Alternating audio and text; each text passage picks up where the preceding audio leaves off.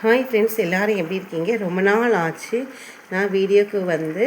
காரணம், கடைசி வீடியோ நான் சொல்லியிருப்பேன், அப்பாவுக்கு உடம்பு சரியில்லை அதனாலன்னு சொல்லிட்டு ஹாஸ்பிட்டலில் இருக்காங்கன்னு சொல்லிட்டு ஹாஸ்பிட்டலில் உள்ள லிஃப்டெல்லாம் காமிச்சு ஒரு வீடியோ போட்டுருந்துருப்பேன். இன்னமும் சரியாகலாம் சரி அப்படின்னு சொல்லிட்டு வீட்டுக்கு கூட்டு வந்தாச்சு. ரொம்பலாம் ரெக்கவர்லாம் ஆயிடுச்சு அப்படின்னு சொல்லிட்டு சொல்ல முடியாது.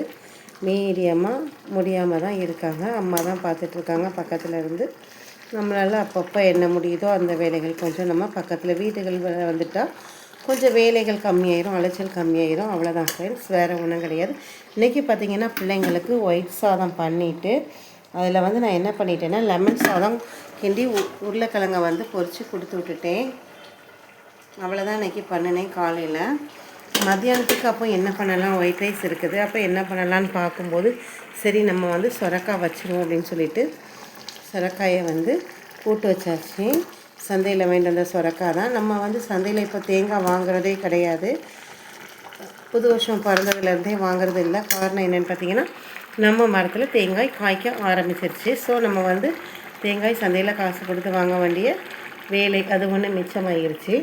நம்ம வீட்டு தேங்காவோட அரை தேங்காய் தான் இது. இப்போ சொரக்காய்க்கு அரை தேங்காய் எடுத்தேன்.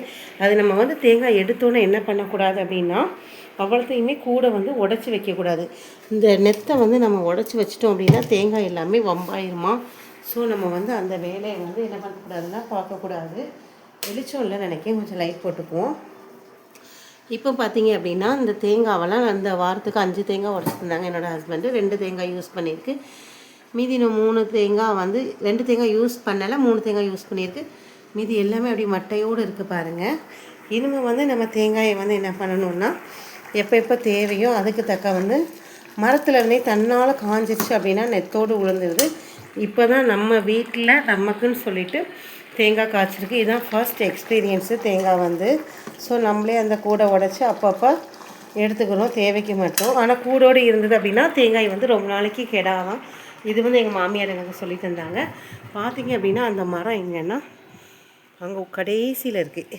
இந்த மரம் கிடையாது, இது வந்து இன்னும் பூக்கலை. வாங்க அப்படியே பார்த்துடலாம்.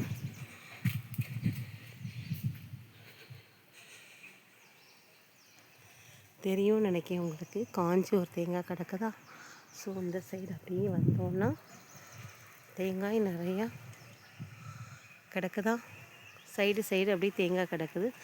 ஸோ இது ஒன்று குட் நியூஸ். அடுத்து ஒரு குட் நியூஸ் இருக்குது, அது நெக்ஸ்ட் வீடியோவில் பார்க்கலாம். இந்த வீடியோ பிடிச்சிருக்கு அப்படின்னா நம்ம சேனலை சப்ஸ்கிரைப் பண்ணிக்கோங்க. புதுசாக பார்க்குறவங்க வந்து சப்ஸ்கிரைப் பண்ணிக்கோங்க. பழசாக ஏற்கனவே பார்த்துட்ருக்கோங்க. ஒவ்வொரு வீடியோக்கும் லைக் கொடுங்க. ஓகே, நெக்ஸ்ட் வீடியோவில் பார்க்கலாம். Bye friends.